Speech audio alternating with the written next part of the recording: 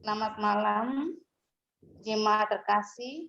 Selamat mengikuti ibadah keluarga Rabu 28 April 2021 di tengah keterbatasan yang ada karena pandemi, sehingga kita belum bisa berkumpul bersama, namun satu hari telah kita lewati dalam anugerah Tuhan.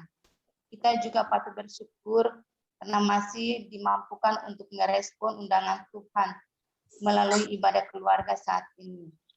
Seluruh karya hidup kita dapat dilakukan adalah karena kasih Tuhan.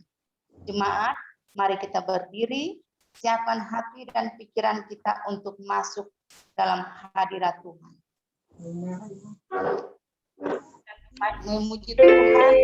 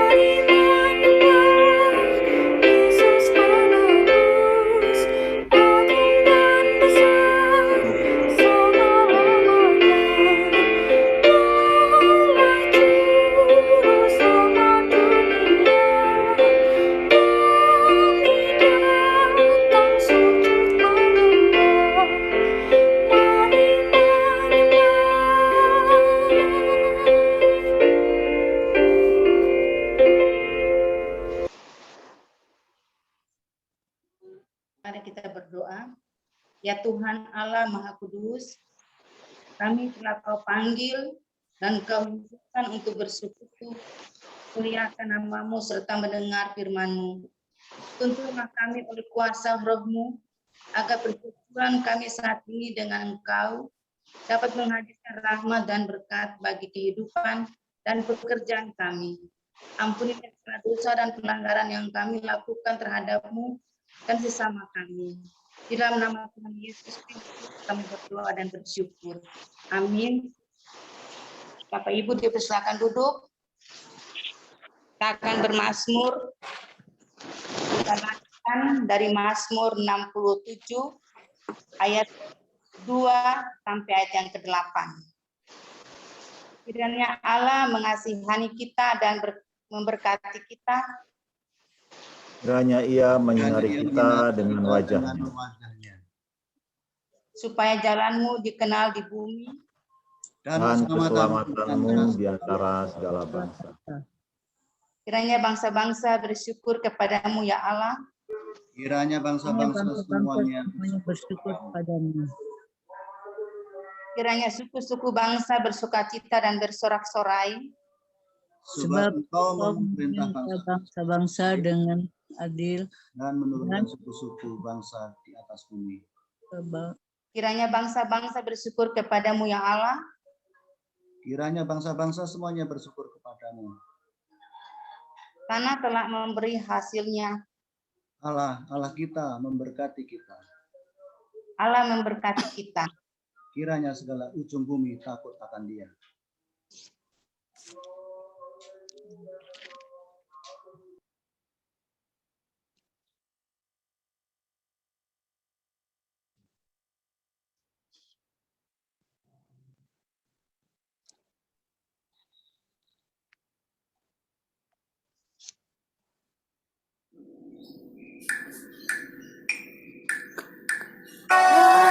Sudah di Tuhanku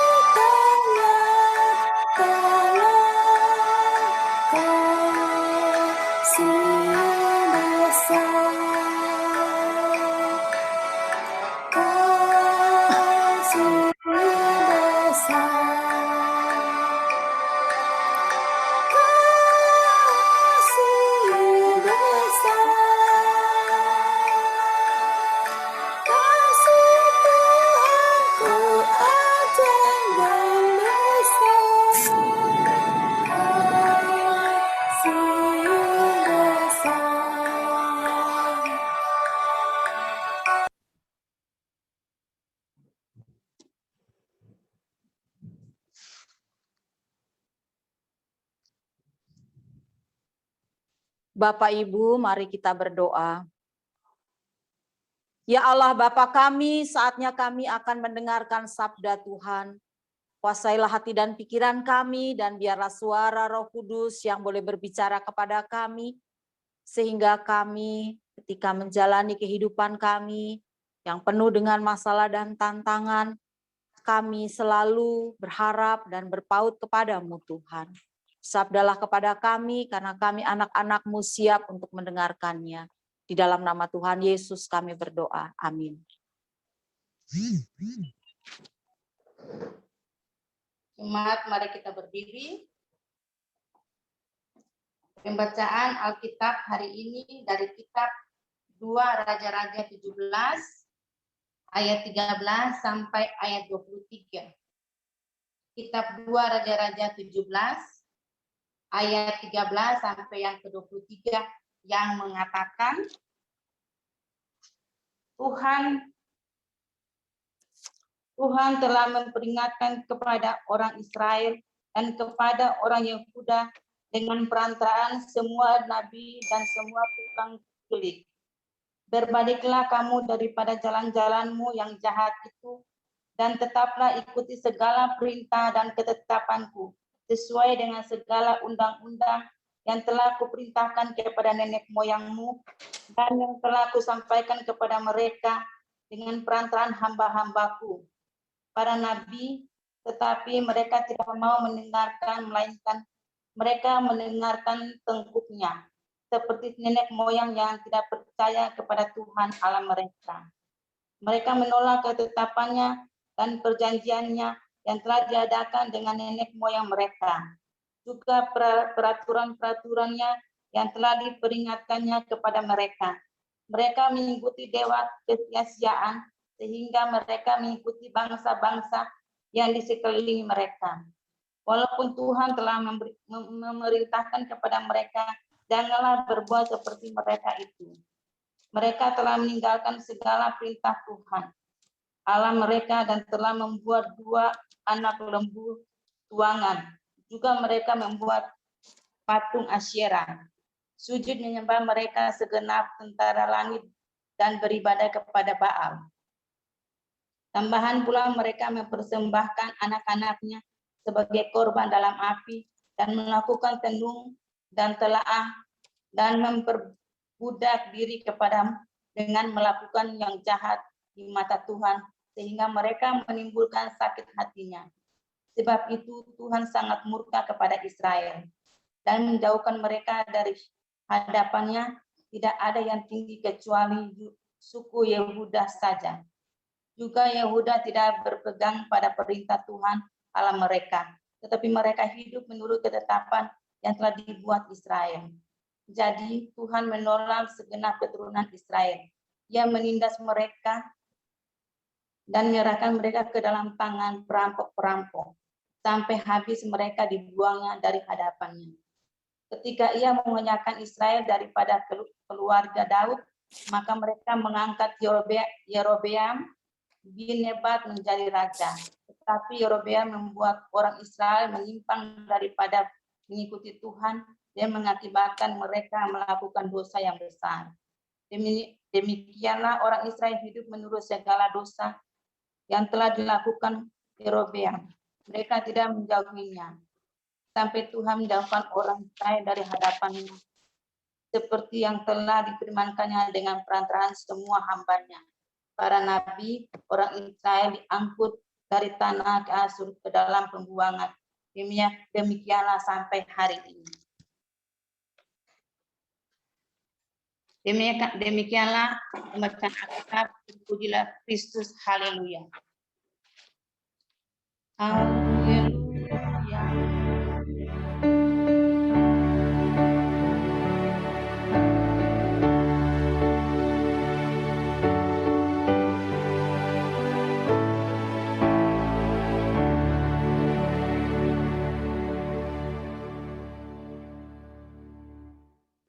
Mari persilakan duduk.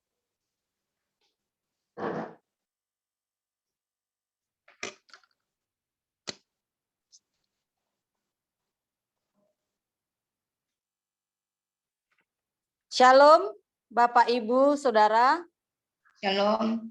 Oma, Opa, Opung, adik-adik semua yang ada di rumah. Shalom.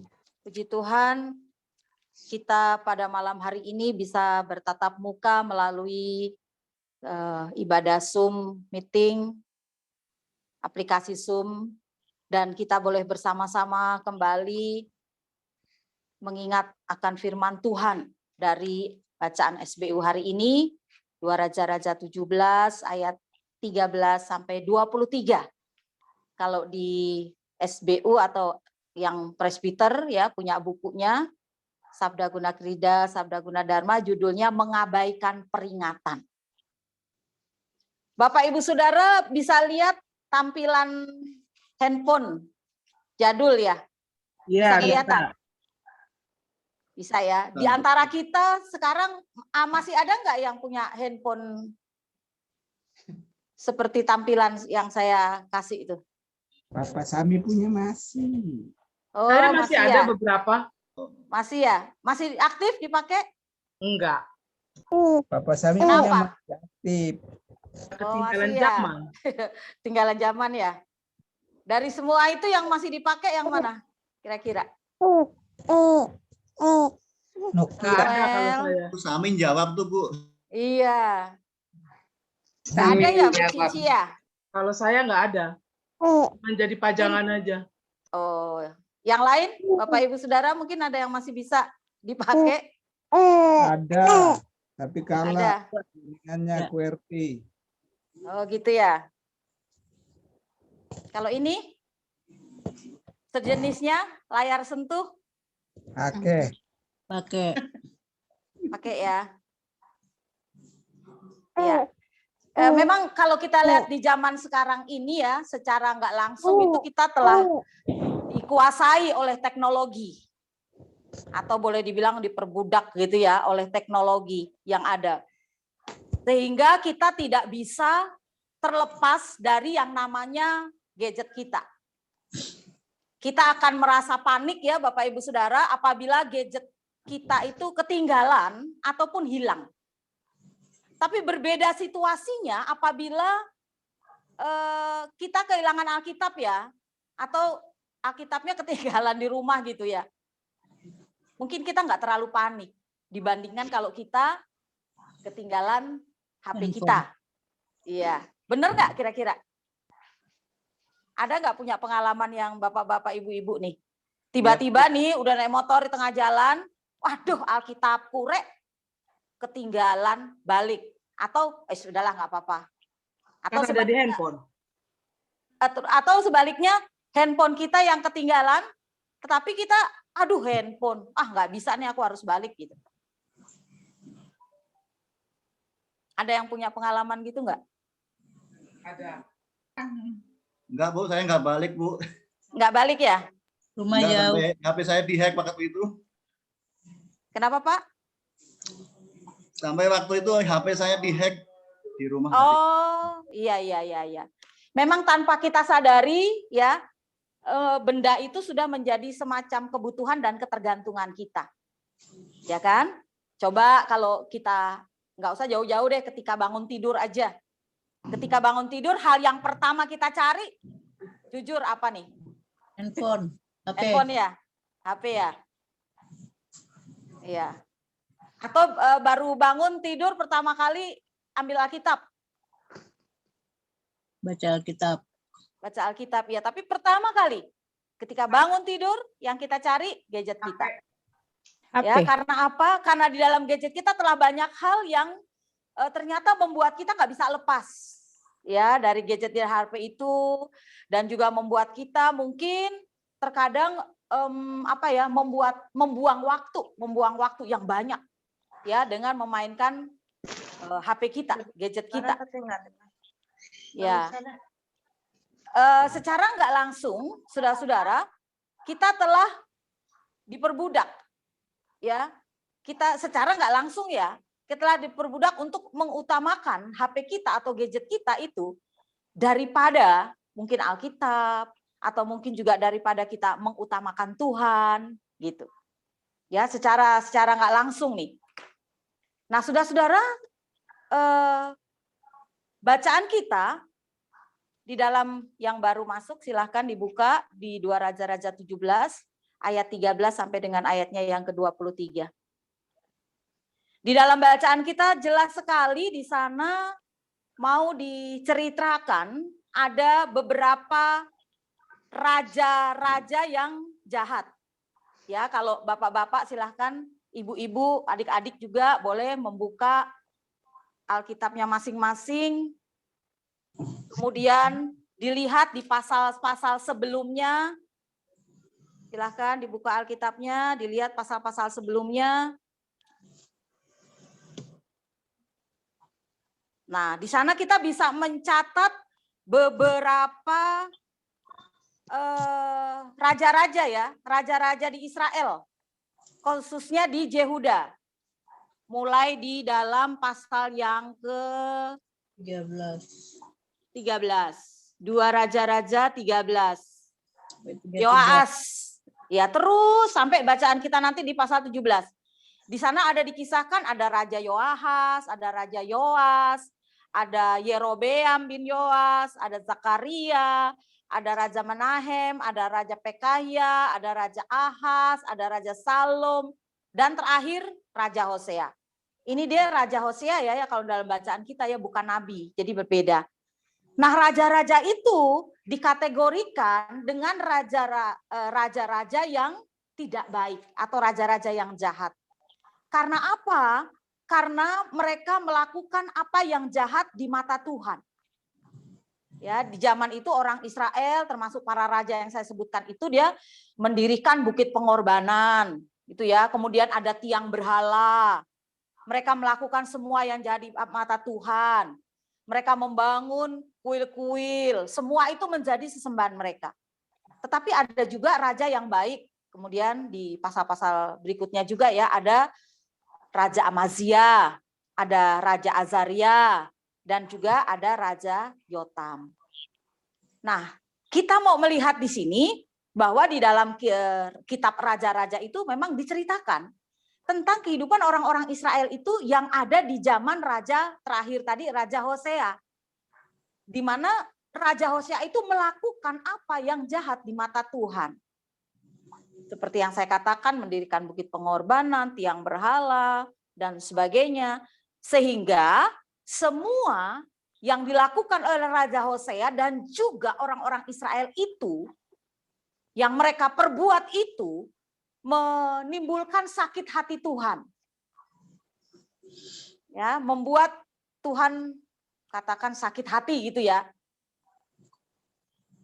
Nah, dalam raja-raja ini, penulis kitab ini juga mau mengatakan bahwa hal-hal yang tidak baik itu, hal-hal yang tidak patut, yang jahat itu, yang tidak benar itu, ya tidak harus atau tidak boleh dicontoh.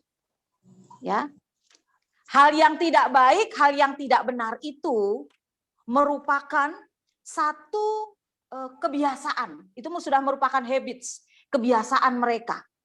Mereka lupa bahwa awal mulanya mereka itu menyembah Yahweh, menyembah Tuhan, tapi mereka kini kedudukan Tuhan itu digeser. Ya, kedudukan Tuhan digeser karena menurut mereka apa yang mereka sembah itu bisa mendatangkan kebaikan, gitu ya. Jadi memang di raja-raja ini ada peringatan-peringatan yang disampaikan berulang kali terhadap mereka. Supaya apa? Supaya mereka bertobat, supaya mereka meninggalkan semua itu dan berbalik kepada Tuhan. Tapi mereka mengabaikan semua itu. Nah, saudara-saudara, ayat 13, di sana kita melihat ada penjelasan dari Tuhan ya atas kejahatan bangsa Israel yang mereka lakukan. Tuhan tetapi memberikan kesempatan. Ini Tuhan kasihnya begitu baik, begitu mulia. Dia selalu memberikan kesempatan untuk apa? Untuk bertobat, untuk kembali kepada jalan Tuhan. Ya, dia mengutus para nabi dan juga tukang tilik atau khoseh itu pelihat kepada Israel, membawa satu pesan. Pesannya apa? Bertobat. Ya, ingat kembali bahwa apa yang mereka lakukan itu tidak benar gitu. Kemudian di ayat 14 sampai dengan 17 ini kisah yang memuat respons bangsa Israel terhadap peringatan yang Tuhan berikan. Mereka nggak mau dengar-dengaran. Mereka tegar tengkuk, mengeraskan diri. Mereka menolak ketetapan-ketetapan Tuhan, perjanjian-perjanjian Tuhan, segala peraturan Tuhan. Mereka selalu mengikuti dewa-dewi mereka, gitu ya. Mereka mengikuti apa yang dilakukan oleh raja-raja mereka. Menyembah patung, beribadah kepada Baal, dan seterusnya. Bahkan sama seperti tradisi-tradisi di bangsa sekitarnya, Bapak Ibu Saudara, mereka juga melakukan ritual. Ritualnya apa? Mempersembahkan anak-anak sebagai korban bakaran, serta memperbudak diri pada kejahatan. Jadi kita lihat sudah begitu kacau sekali ini kehidupan umat Israel. Di bawah juga kepemimpinan Raja Hosea itu tadi. Kemudian di 18 sampai 20 ini, nah ini akibatnya. Ada akibatnya ya yang harus mereka tanggung karena kebebalan mereka, karena kedegilan hati mereka, bahwa yang mereka lakukan itu menimbulkan murka Tuhan. Jadi Tuhan itu marah. Ya. Tuhan sebenarnya tetap menyayangi umatnya, tetapi Tuhan tidak kompromi terhadap dosa. Tuhan tidak akan pernah kompromi terhadap perbuatan mereka. Jadi kalau misalnya Israel terus-menerus dibiarkan hidup seperti itu akan membawa satu akibat yang buruk bagi mereka di kemudian hari. Tetapi kan Tuhan selalu mengingatkan lagi, ya harus selalu hidup di dalam pertobatan. Harus selalu menyingkirkan semua dewa-dewi mereka. Tetapi ternyata tidak. Mereka tidak indahkan Tuhan. Akhirnya Tuhan menolak mereka ya. Tuhan menindas mereka, menyerahkan mereka ke tangan bangsa yang akan menghancurkan dan juga menjarah mereka. Dan Tuhan melemparkan atau membuang mereka dari hadapan Tuhan. Jadi kita bisa bayangkan Bapak Ibu Saudara bagaimana ya marahnya Tuhan ini luar biasa. Kemudian di ayat 21 sampai 23 ini diingatkan kembali ya kerajaan Israel pecah dua. Kalau Israel Utara itu ibu kotanya Samaria, kemudian Israel Selatan ibu kotanya adalah Yehuda. Kemudian di Yehuda diangkatlah Yeroboam bin Nebat sebagai raja mereka dan dia membawa bangsa itu kepada penyembahan berhala lagi. Sayangnya lagi-lagi ini Bapak Ibu Saudara habits ini lagi, kebiasaan lagi. Dosa Yeroboam itu lagi-lagi diikuti ya oleh raja-raja, oleh bangsa-bangsa, oleh umat Israel dan mereka hidup di dalam dosa. Oleh karena itu, ketika mereka tidak mau menjauhkan diri dari dosa, pada akhirnya Tuhanlah yang akan menjauhkan diri dari hadapan mereka. Silahkan dilihat di pasal yang sama tadi, pasal 17, kemudian ayatnya yang ke-23 dan seterusnya. Sampai Tuhan menjauhkan orang Israel dari hadapannya seperti yang telah difirmankannya dengan perantaraan semua hambanya para nabi. Orang Israel diangkut dari tanahnya ke Asyur ke dalam pembuangan. Demikianlah sampai hari ini. Nah itu Bapak Ibu Saudara yang bisa dikisahkan atau dilukiskan di pasalnya 17 ayat 13 sampai dengan ayatnya yang ke-23. Nah, saudara-saudara, kita bisa merefleksikan apa yang dilakukan oleh Israel ini. Bahwa orang Israel menyadari bahwa mereka itu telah diperbudak oleh Baal dan tidak mengikuti kehendak Tuhan. Apabila mereka telah mengalami kekalahan atau bahkan juga mereka akhirnya dibuang oleh Tuhan di ayat 23 bagian terakhir. Di situ kita melihat ya, mereka tidak berbalik kepada Tuhan. Mereka tetap menyembah ilah-ilah mereka. Artinya apa? Mereka tidak hidup di dalam Tuhan. Mereka tidak mengutamakan Tuhan.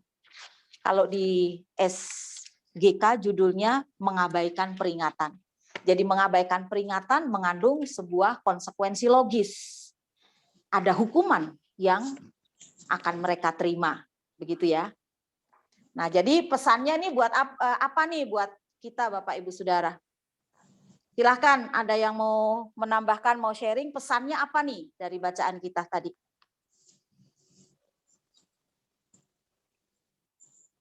Silahkan.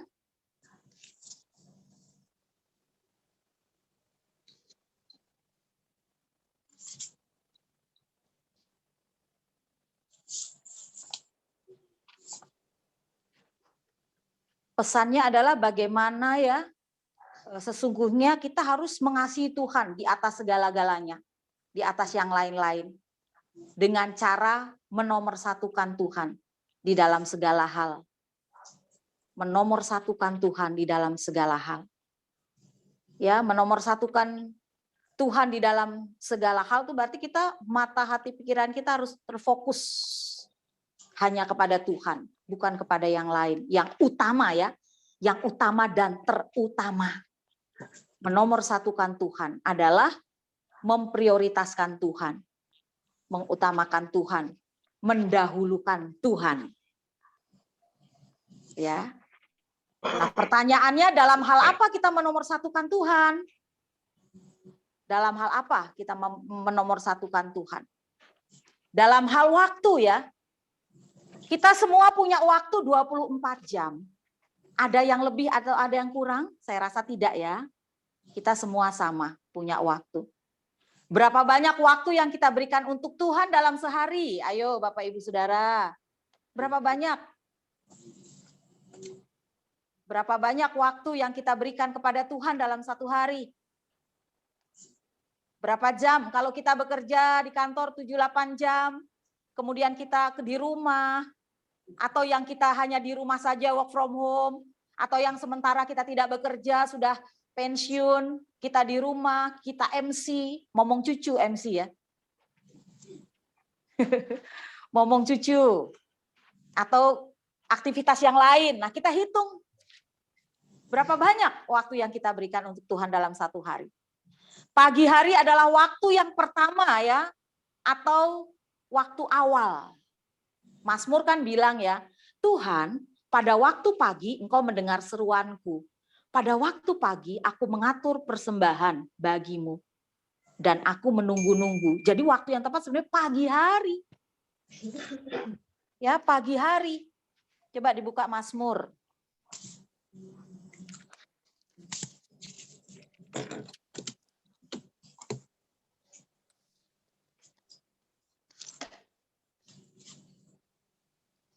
Sudah, Mazmur 5. Tuhan, pada waktu pagi engkau mendengar seruanku. Pada waktu pagi aku mengatur persembahan bagimu. Dan aku menunggu-nunggu. Mazmur 5 ayat 4.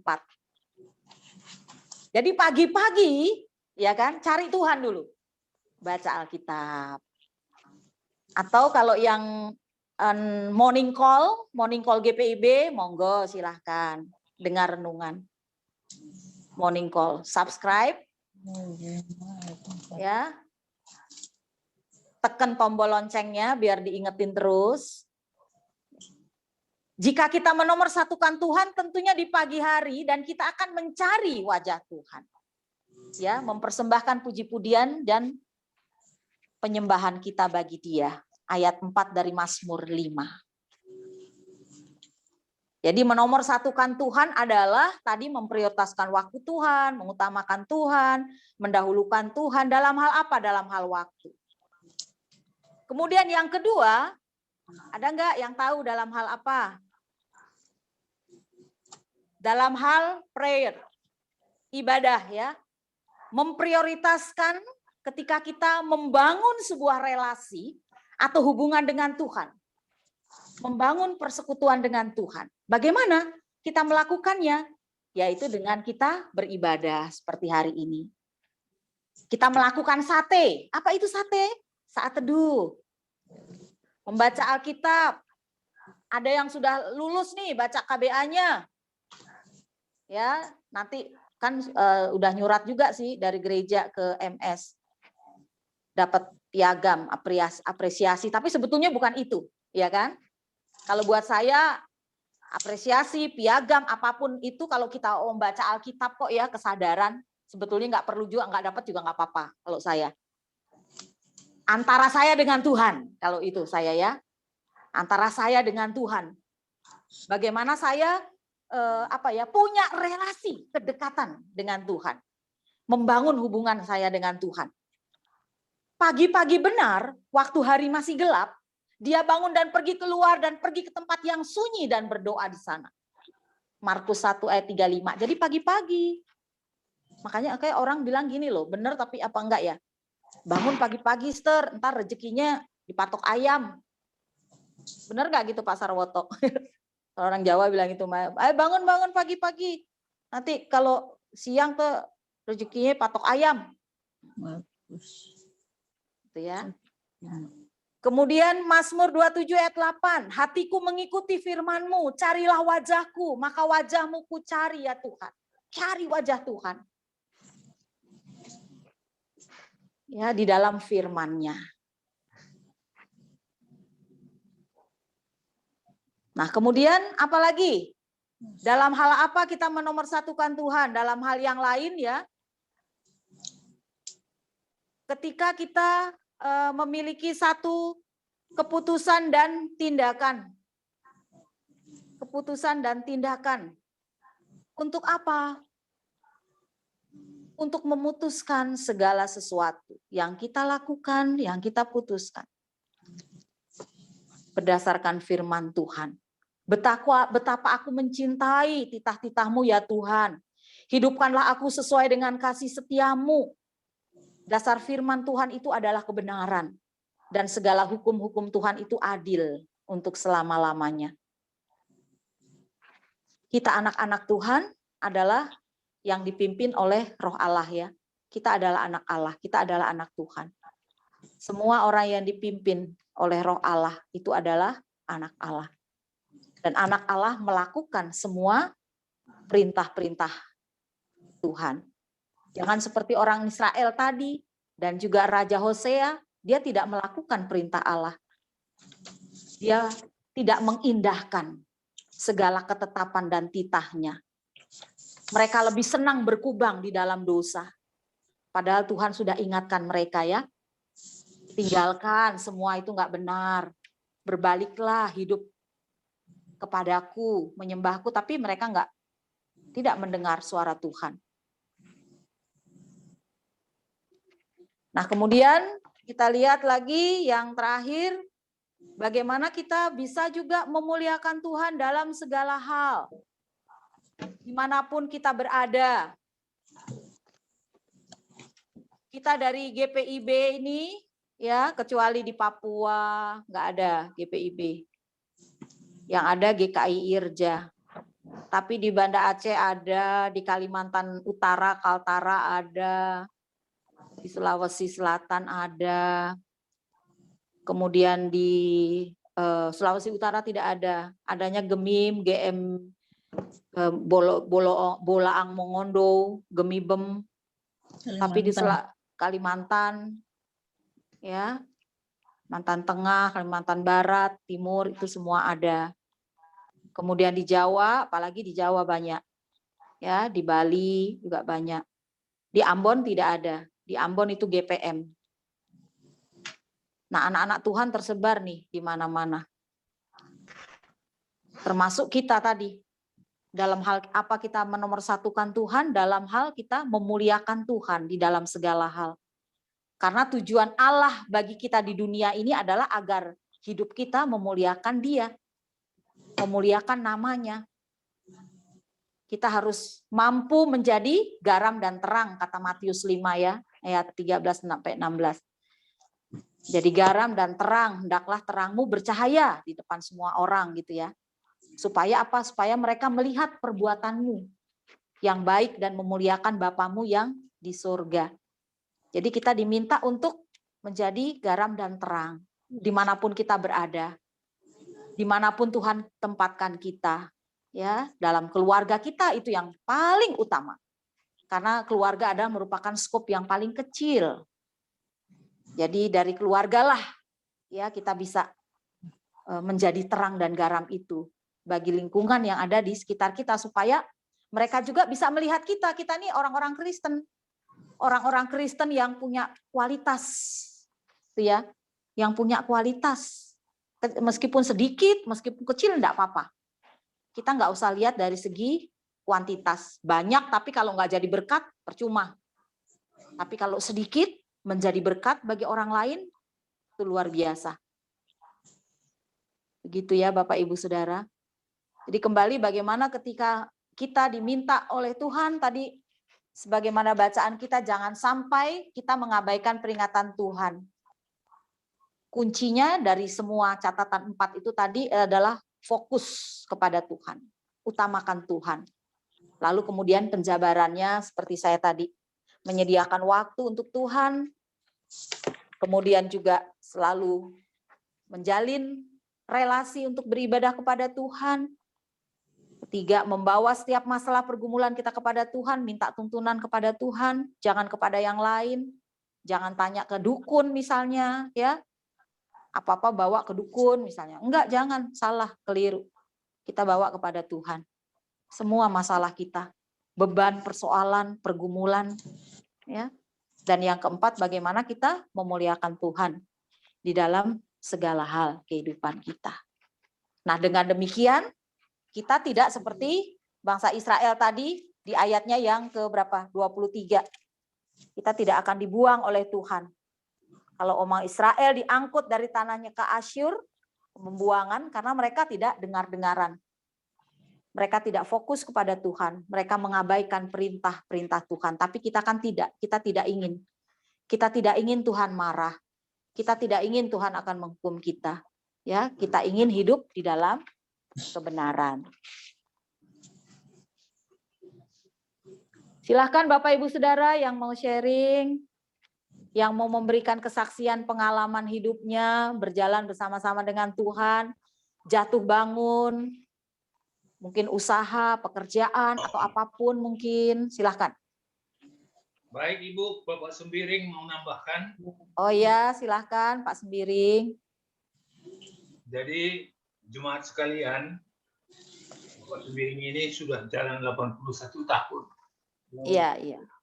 81 ya. Jadi penghayatan saya tentang beragama, kalau tadi hari ini jangan mengabaikan peringatan Tuhan, saya menganggap bahwa hidup ini juga ada periodisasinya. Masa muda, masa belajar. Sesudah itu umumnya kalau sudah tamat umur 25 tahun dianggap sudah cukup dewasa, mempersiapkan diri untuk berumah tangga. Itu produktif, mencari sesuai dengan cita-cita masing-masing dan kehendak jurusannya masing-masing. Tadi saya terbetik bahwa di khotbah kita ini hari ini seolah-olah segala sesuatunya dalam kehidupan, walaupun di dalam zaman modern ini, itu fokus utama Tuhan. Saya mencoba bahwa dalam pengalaman, kita juga harus menyesuaikan dengan situasi dan kondisi kehidupan. Misalnya, secara gampang saya katakan, dulu saya bertugas sesudah berumah tangga di Manado, menjadi anggota GEMIM di sana. Bahkan satu periode pernah jadi presbiter. Jadi saya pikir kami tentara ini kan peraturan hidupnya ketat. Jadi kalau misalnya kita kaku dalam beragama, nggak baik juga untuk karir dan pekerjaan. Begitu juga bagi generasi muda sekarang. Dari pengalaman saya, ya tadi Ibu bikin pengantar renungan kita ini handphone. Begitu bangun, cari handphone. Bukan baca Alkitab misalnya. Ya boleh saja, tapi saya ada istilah Ibu tadi yang kurang setuju. Seolah-olah kita dijajah oleh teknologi ini. Saya menganggap tidak dijajah. Kita sangat terbantu kepraktisan kehidupan oleh hal-hal ini. Nah, ini kita bagaimana mengaplikasikannya. Nah, jadi dalam berkehidupan dan beragama, saya senang kalau kita seimbang semuanya. Kalau misalnya bacaan, pikirannya soal penginjilan, kemudian soal khotbah renungan dan lain-lain, itu porsinya timnya Mbak Sri ini memang presbiter. Tapi kalau yang lain-lain, nggak sampai ke sana pun menurut saya, boleh-boleh saja. Karena memang dalam kehidupan modern seperti sekarang, banyak hal yang memang kita harus menyesuaikan diri. Contoh gampang, saya mulai dari muda dulu, sering menonton film Amerika itu, mereka itu kalau pagi-pagi berdoa, keluarga-keluarga yang anaknya sudah di sekolah, itu buru-buru selesai pakaian, persiapan ke meja makan, terus doa. Dan doanya nggak pernah panjang. Saya mau tahu bahwa ibu sendiri di rumah ini, kalau doa makan pun panjang. Saya terpengaruh oleh ajaran orang Amerika itu tadi, karena memang ya waktu butuh, jadi ya udah berdoa makan. Barangkali jangan pula berdoa makan pagi-pagi kayak doa syafaat, misalnya. Itu nggak praktis kalau menurut saya. Tidak sesuai zamannya, jadi harus disesuaikan aja. Disesuaikan aja supaya pas. Semua tercover gitu, kebutuhan sesuai zaman. Maka tadi saya katakan waktu muda belajar, sudah kawin menyampaikan cita-cita. Dan periodisasi terakhir, 3 grup-grup saya yang lansia, mempersiapkan diri kembali kepada Tuhan. Nah, di situ seharusnya kegiatan dari pagi sampai malam, sudah kegiatan kita lebih banyak memang mempersiapkan diri, mendekatkan diri kepada Tuhan. Supaya seimbang. Kalau dulu, seperti saya bilang tadi, sering saya seperti menolak, misalnya ditunjuk jadi presbiter di dalam jemaat saya. Kadang-kadang bagi kami perwira tidak terlalu pas juga kalau kita fanatik memimpin gereja atau agama kita. Karena kesatuan kita itu kesatuan nasional dan banyak orang-orangnya. Jadi jangan sampai kita dianggap Pak Kiai bukan komandan atau Pak Pendeta bukan komandan. Jadi supaya pas, seimbang semua. Seimbang kita sesuaikan. Seperti contoh praktis tadi, saya tertarik memang doa makan pagi. Film-film Amerika yang saya tonton dari muda, dia buru-buru berdoa, sebentar udah makan, pergi. Jadi jangan kita samakan doa itu pun seperti doa syafaat setiap doa, enggak juga. Sesuai dengan situasi kondisinya. Jadi begitu sedikit. Oke. Kalian, terima kasih. Iya, terima kasih. Segala sesuatu yang kita anggap lebih dan kita tidak bisa hidup tanpanya, tanpa sesuatu itu, itulah berhala. Gitu ya. Jadi bukan hanya soal handphone ya. Kalau kita mau jujur, berapa banyak waktu jam kita pegang handphone? Kadang kalau kita mau pegang handphone terus, mau dari pagi sampai tengah malam itu, pegang itu terus, semua pekerjaan terbengkalai di rumah. Ya, kalau kita fokusnya ke handphone terus gitu ya. Nah, secara nggak langsung itu sudah menjadi berhala buat kita karena hidup kita diatur oleh benda itu gitu. Bukan hanya handphone, tetapi mungkin kalau misalnya film yang hobi drakor atau yang zaman dulu lah ya, yang Maria Mercedes, Marimar, waduh. Itu saya ingat banget itu mama saya tuh hobi banget nonton itu. Mulai dari jam 8 pagi duduk, nyambung lagi TV yang lain, nyambung sampai tengah malam. Saya bilang nggak betah mah apa maksudnya nggak bosen-bosen mah, enggak, bagus kata dia gitu. Nah, itu juga bisa menjadi berhala gitu. Menjadi berhala bagi kita karena apa? Kita sudah tergantung pada benda itu gitu, pada sesuatu itu dan gitu ya. Dan kita nggak peduli sama yang ada di sekitarnya. Atau misalnya uang. Ya, kita melihat semua orang butuh uang. Ya, saya yakin semua orang butuh uang. Nggak mungkin nggak butuh uang, bohong. Ya.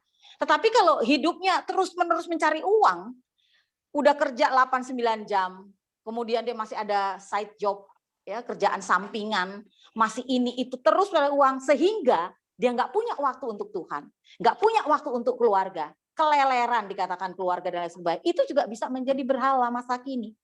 Jadi berhala-berhala masa kini kalau kita jabarkan banyak sekali gitu.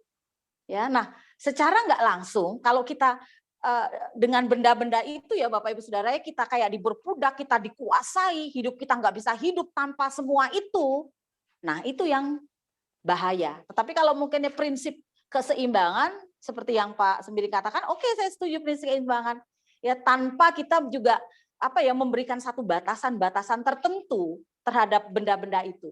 Oke, nonton misalnya sinetron misalnya itu ya, tapi kita nggak maniak di situ gitu ya. Atau mungkin nonton drakor, kita nggak maniak di situ gitu. Hanya sekedar aja. Kalau nggak ada, kalau memang saya mau ibadah, saya ibadah. Saya nggak tergantung di drakor. Sorry ya, aku nggak ibadah dulu, sakit perut. Padahal bohong, dia pengen nonton drakor, kan gitu ya. Atau aku nggak bisa ibadah dulu ya, padahal mungkin dia bohong gitu ya, sibuk main dengan gadgetnya, chatting-chattingan segala macam apa. Itu alasan yang dibuat-buat gitu.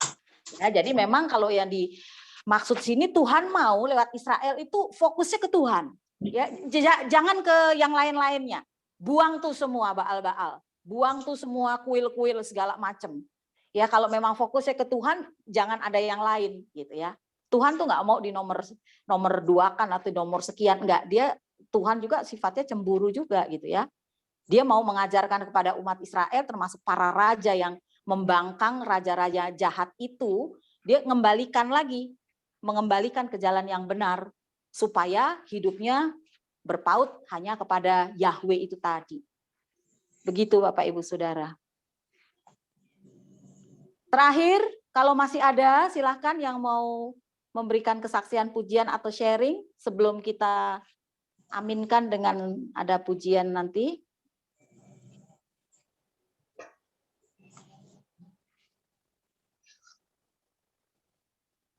Tidak ada? Kalau tidak ada, kita tahu bahwa Tuhan kita juga adalah Tuhan yang cemburu, yang Dia tidak mau diduakan. Oleh sebab itu kita harus selalu mengutamakan Tuhan di dalam hidup kita, mencari Tuhan dan mengandalkan Dia dalam segala hal. Ketika kita mengutamakan Tuhan dalam hidup kita, maka Tuhan juga akan mencukupkan segala hal yang kita butuhkan. Oke, jangan sampai juga hidup kita saat ini ya menjadi Baal-Baal modern, melainkan biarlah Tuhan Yesus Kristus saja yang menjadi utama di dalam seluruh hidup kita ini. Amin. Liturgi, silakan.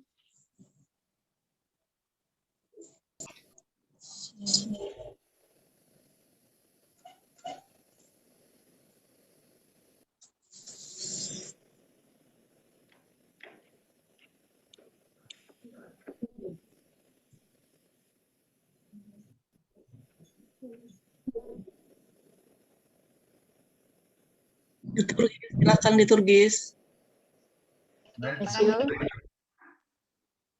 Karika Bakti 105 ayat 1.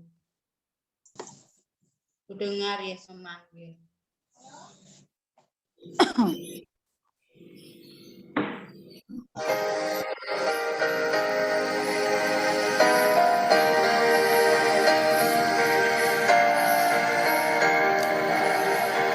Kudengar Yesus memanggil, kudengar Yesus memanggil, kudengar Yesus memanggil, pikul salib, ikutlah, aku mau mengikut Yesus, aku mau mengikut Yesus, aku mau mengikut Yesus, ikut Yesus, ikut selamanya. Ada pokok doa yang mau disampaikan?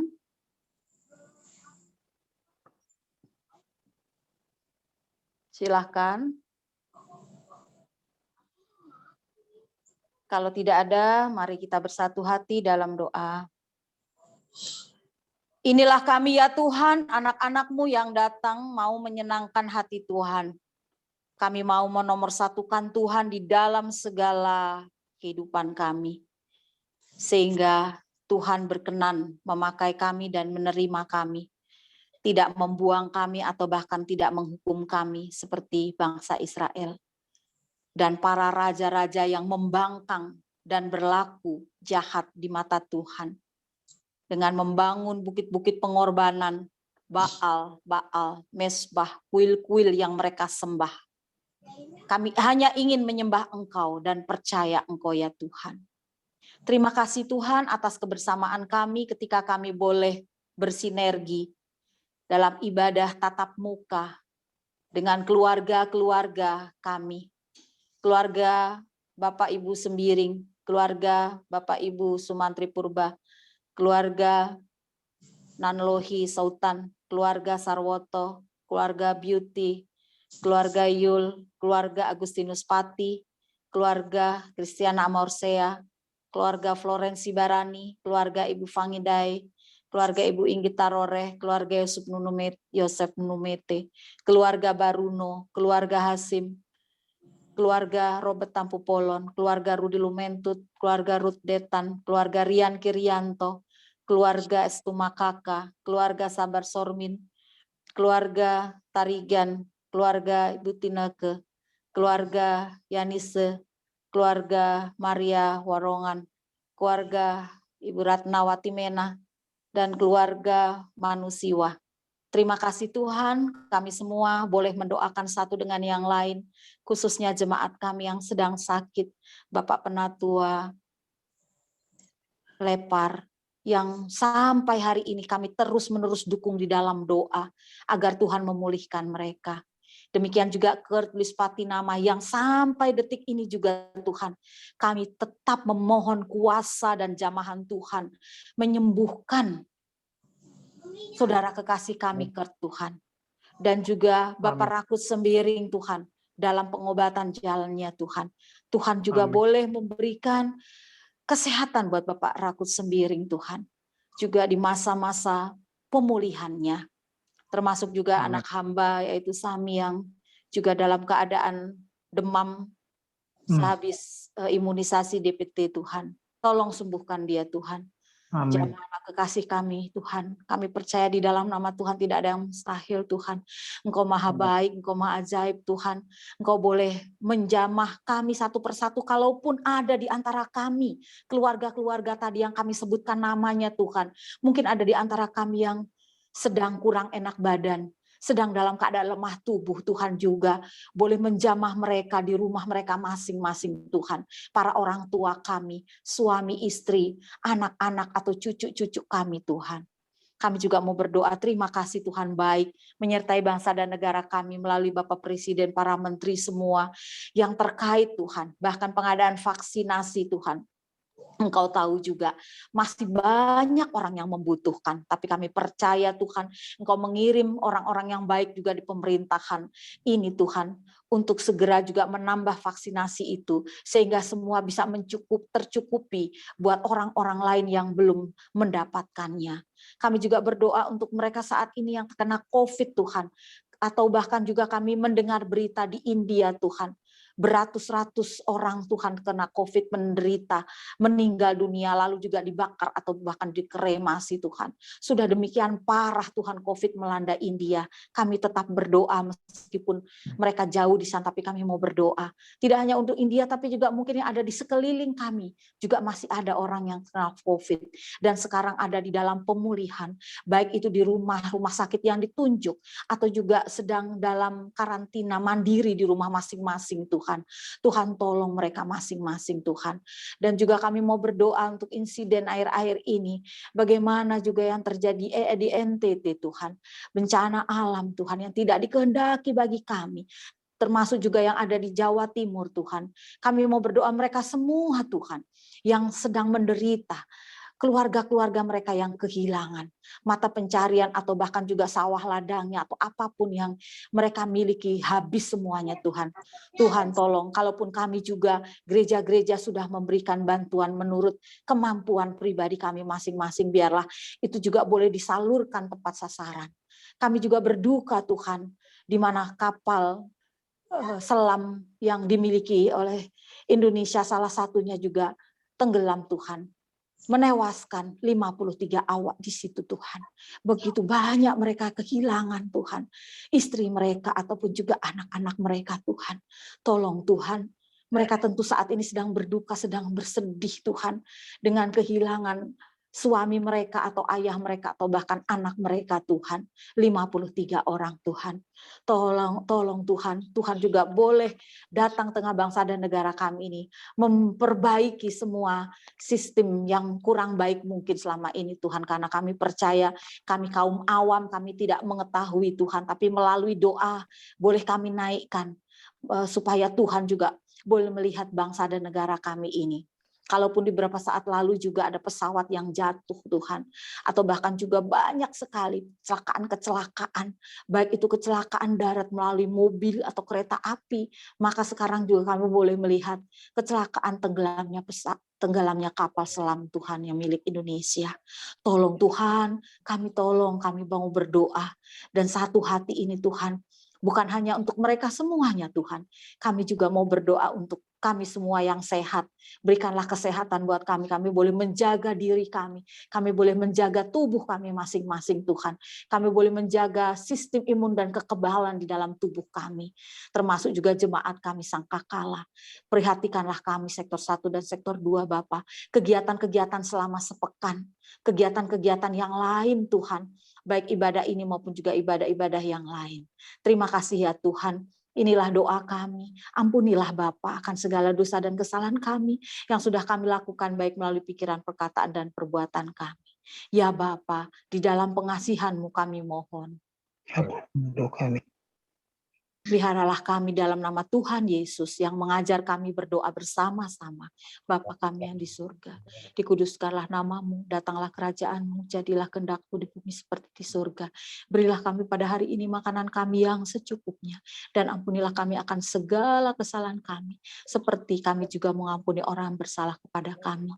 Dan jangan membawa kami ke dalam pencobaan, tetapi lepaskanlah kami daripada yang jahat.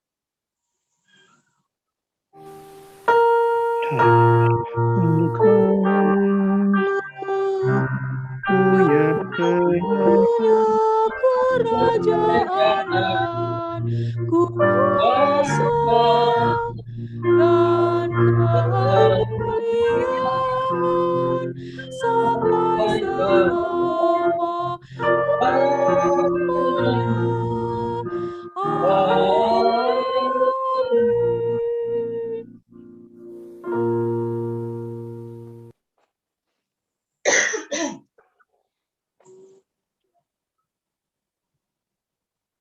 Silakan Ibu Tenisha.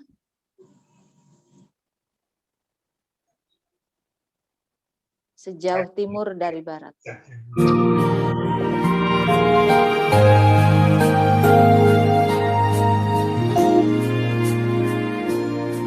Sejauh timur dari barat, Engkau berbuat dosaku. Tiada kau ingat lagi pelanggaran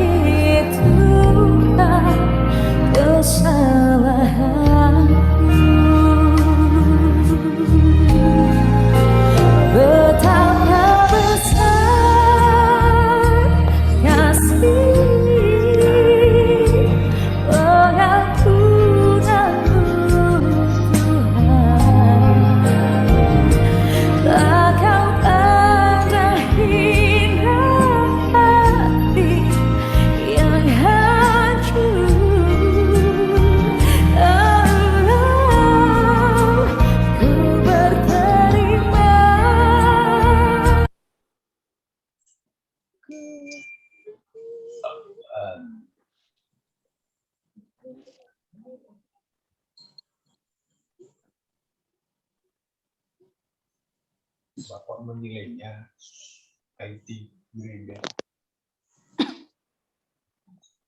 Kadang-kadang masih kalah sama IT gereja kamu. Terima kasih Tuhan. Ya, sinyalnya enggak. Macet ya? Iya, berhenti. Ini rekaman kan? Berhenti. Iya. Oke. Persembahan. Mau diulang lagi nggak coba? Iya. Masih jalan. Enggak tuh, udah habis.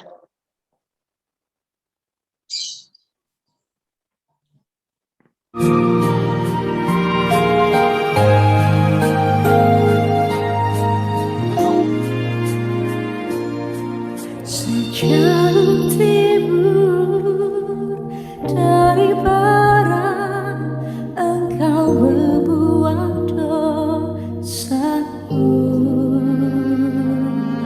Tiada kau ingat lagi. Kok ini macet? Iya. Pelanggaranku,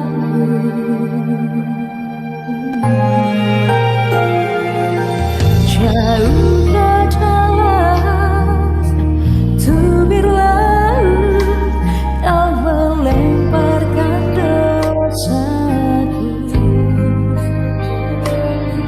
Tiada kau perhitungkan kesalahanku. Betapa besar kasih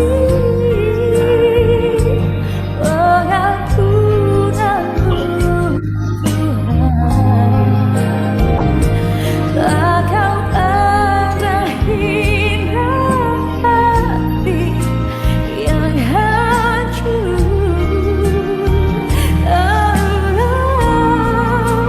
Ku berterima kasih kepadamu ya Tuhan. Pengampunan yang kau beri pulihkanku.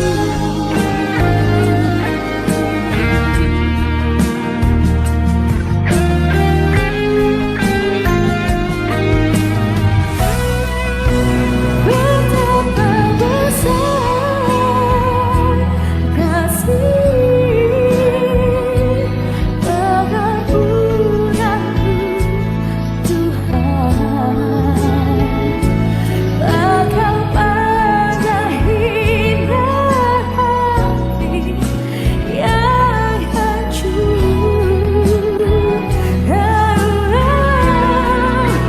Ku berterima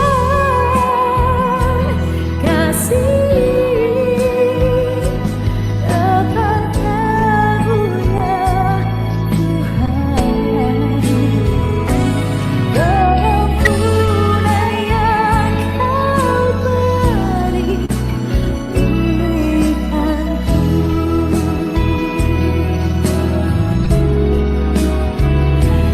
Pengampunan yang kau beri pulihkanku.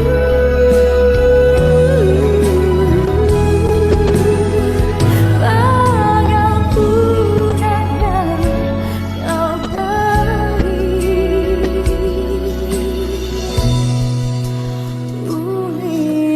beri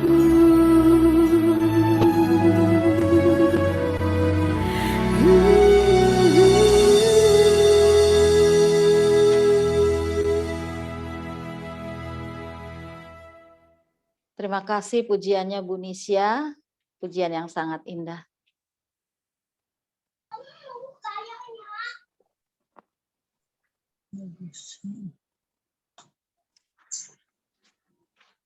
Marilah kita memberi persembahan syukur kepada Tuhan dengan mengingat dalam Efesus 5 bait 2 ayat 2 yang dan hidup dengan kasih sebagaimana Kristus juga telah mengasihi kamu dan telah menyerahkan dirinya untuk kita sebagai persembahan dan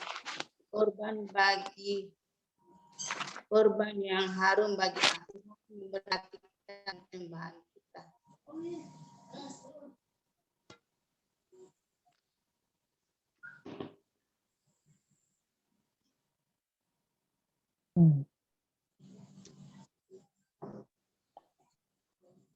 Ya, itu persembahan dapat. Kolektor dapat disetor melalui rekening GPIB Kakala Jakarta dengan nomor rekening Giro Bank Giri cabang Taman Kebun Jeruk nomor 1170910000885 atas nama Majelis Jemaat GPIB Sangkakala. Rekening Bank Sentral Asia cabang Kedoya Pai nomor 37202100885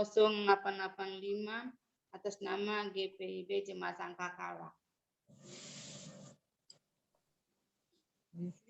Kita bernyanyi dari GB 84 bait 1 dan 2. Inilah ungkapan syukur. Inilah ungkapan syukurku.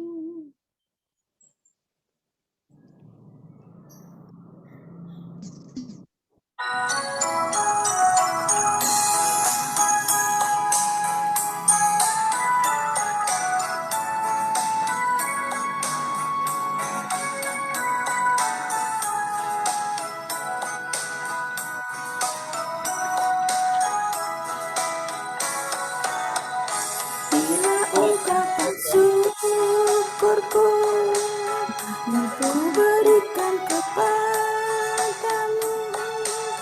Ku berikan dari hatiku. Terimalah,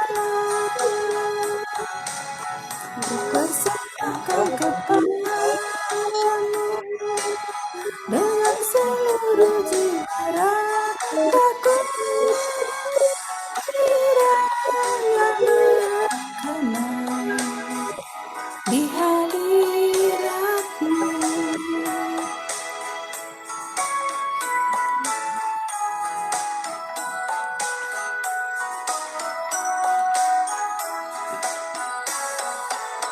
Ajarlah aku ya Tuhanku menjadi anak tangan-Mu untuk menyalurkan kasih-Mu di dunia. Utuslah aku ya Tuhanku menolong orang miskin dan lemah. Aku lebih untuk maksud-Mu.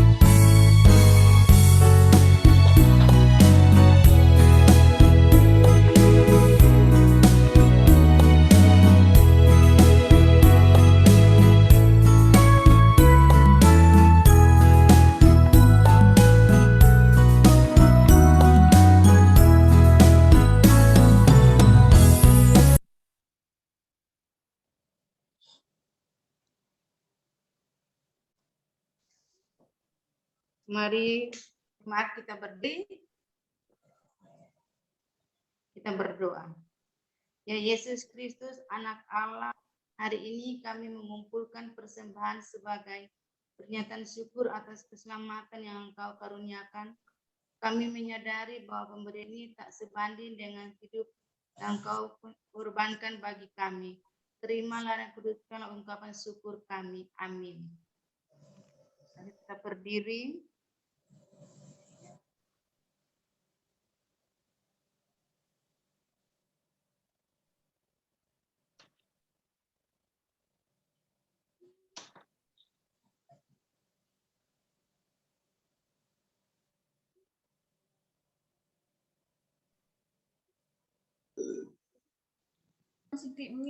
Bu Pendeta, nggak ada suara Bu Pendeta.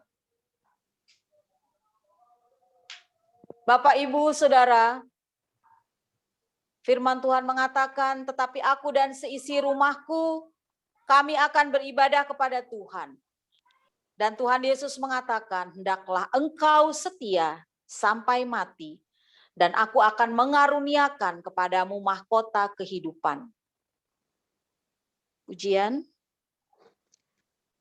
Jemaat kita bernyanyi dari GB 221 bait yang ketiga. Ini dunia Bapakku.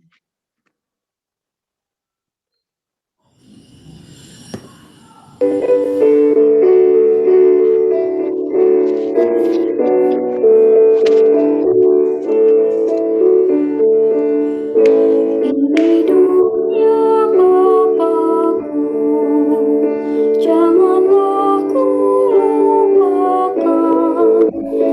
Walau masa jahat mencengkram, namun Tuhan yang menang. Ini dunia Bapakku, walau masih berdarah, namun korban Yesus disalib, bumi berdarah. Arahkan hati dan pikiranmu kepada Tuhan serta terimalah berkat-Nya. Tuhan memberkati engkau dan melindungi engkau. Tuhan menyinari engkau dengan wajah-Nya dan memberi engkau kasih karunia. Tuhan menghadapkan wajah-Nya kepadamu dan memberi engkau damai sejahtera. Amin.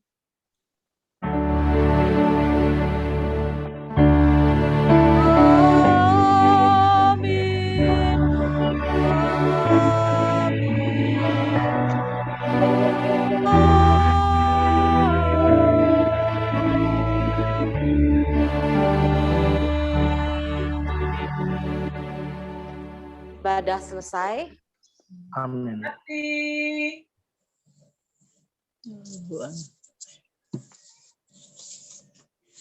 Kita yang bertugas, kita berdoa dulu sebentar. Ya. Mari Ya. kita berdoa. Silakan Usiul. Iya, Bu. Kembali kami datang menghampiri hadirat yang kudus Bapa di surga. Kami mengucapkan terima kasih banyak karena Tuhan sudah campur tangan memberkati ibadah kami dari awal pertengahan yang selesai dengan tidak kurang suatu pun. Bapak, terima kasih untuk firman Tuhan yang boleh kami dengar di hari ini. Ibu Esterina bersama keluarga Tuhan memberkati, bahkan kami semua Tuhan yang sudah terlibat dalam ibadah malam hari ini. Tuhan memberkati kami semua dan kami percaya bahwa Tuhan tidak pernah meninggalkan keluarga kami masing-masing. Amin. Terima kasih banyak Bapak, hanya di dalam nama Tuhan Yesus kami menyerahkan doa ini kepada Bapak di surga. Amin. Amin. Terima kasih Usiul, terima kasih Komisi TPG, terima kasih Bu Nisha, terima kasih semuanya. Terima kasih Bu Pendeta. Iya, selamat malam. Terima kasih. Kasih doanya. Kita foto dulu ya. Oh iya, foto ya, kenang-kenangan. Pak Sar. Pasar bisa memfoto. Langganan biasa. Ya. Action. Ya, dibuka Kameranya dulu fotonya. dibuka, kameranya dibuka. Ya, kameranya buka semua. Florensi Barani. Aku kok gelap ya? Richard. Oh, gelap ya? Coba itu dulu. Ibu Ingrid Tarore, Ibu Florensi Barani. Dekan. Ayo, sudah siap semuanya?